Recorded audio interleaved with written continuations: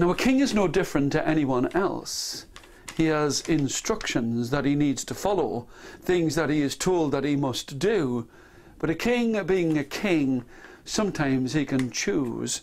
And he would read the list of instructions. I'm not doing that. The things that told him what he must do. I will not do that. I cannot, will not, shall not, and never could, would, or should have to do that. But in the country that he lived, everyone looked at the king with envy. The eyes would be green with envy because they wished that they could be just like that king. They wished that they could have the choice to only do the things that they wanted to do. But sometimes people would look at the king with anger. Not just envy, but anger. Anger that he did nothing for them. And the people were empty in their bellies. The people were hungry. The people were cold, were wet. They had no gold to buy more food. They had no money with which to maintain their farms. And the king would look and read the list. I cannot do that. I will not do that. I never could, would, should, or ever will in 100,000 lifetimes do that. And he would ignore the instructions that he was given. But one day, some people came into the castle. There was one, a man, taller than all of the rest. And he would say, Your Majesty, Your Majesty, we are hungry, we are cold, we need food in our bellies, we need you to help. And it was one of the instructions that the king had, to look after the people. But he took a coin and he flipped it, and for a change he looked and he said, Perhaps I shall feed you. And everyone was grateful.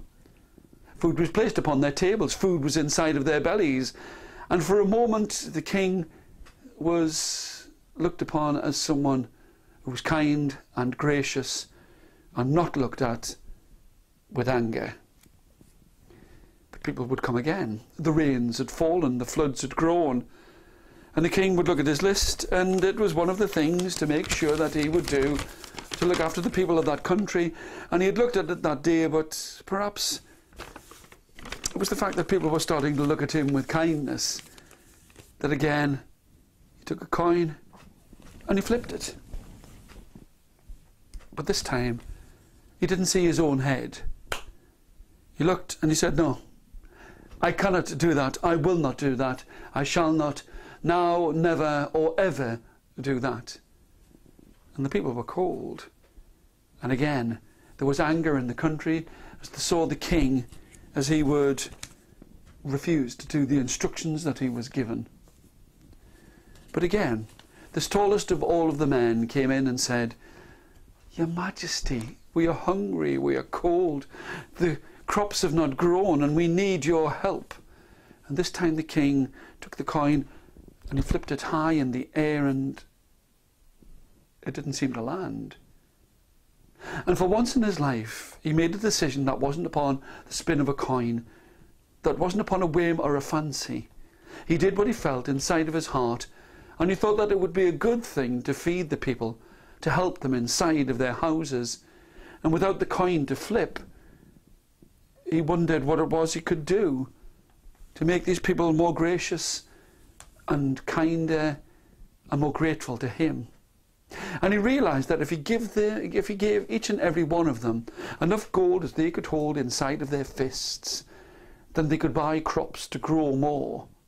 They could buy grain so that they could feed and grow, so that they could cultivate the land, so that they could not spend all of their time warding the cold from their skin and worrying about where they would eat. And the land prospered. Now it so happened that tall man who'd gone in to see the king, he'd been so busy trying to flip the coin that he hadn't seen him go behind him.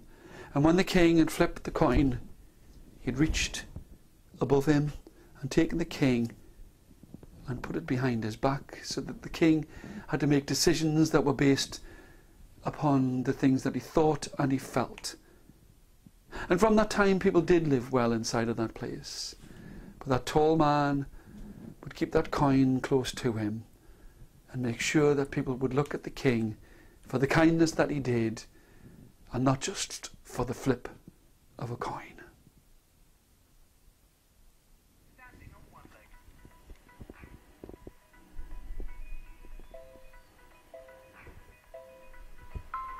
Being away, I must make sure that I get enough exercise. I try and walk as much as I possibly can, but also take exercise by having tape recorded a programme from the Wii Fit, and nobody needs to see me doing that.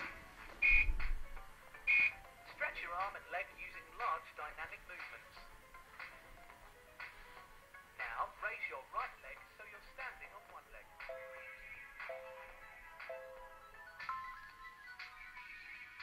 Try counting out loud.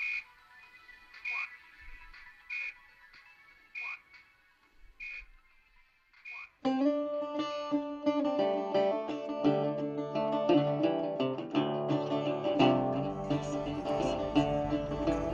This is a bit of a different journey for me, going right across the centre of town to the far side, over towards Walkden, through Salford. What I'd done was I'd put into the TomTom that I wanted to go across town, and it sent us onto the Mancunian Way. Now the thing is, I've been stuck on there before, and the way that it actually took me was along dead ends and onto the wrong direction on one-way streets. So in the end I did find myself on the Mancunian Way, and once I'd got through the middle of town it seemed to be much better. You might notice that there's a lot of 4x4s with buffalo bars on the front in this part of town. That's because there's an awful lot of buffaloes in Manchester. It's also quite refreshing that the parents who are driving are looking quite frantic to make sure that they get the children to school on time. A lovely school, I've been there before, and for me it'll seem quite strange that all I'll really be doing will be telling stories, singing songs, instead of doing writing workshops. Then you have reached your destination.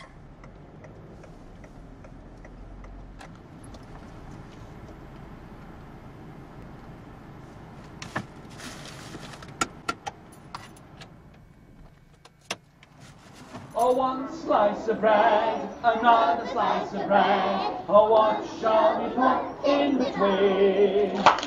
A little bit of butter and some soft chocolate. That's a sandwich fit for a queen. Point! With some for you and some for me.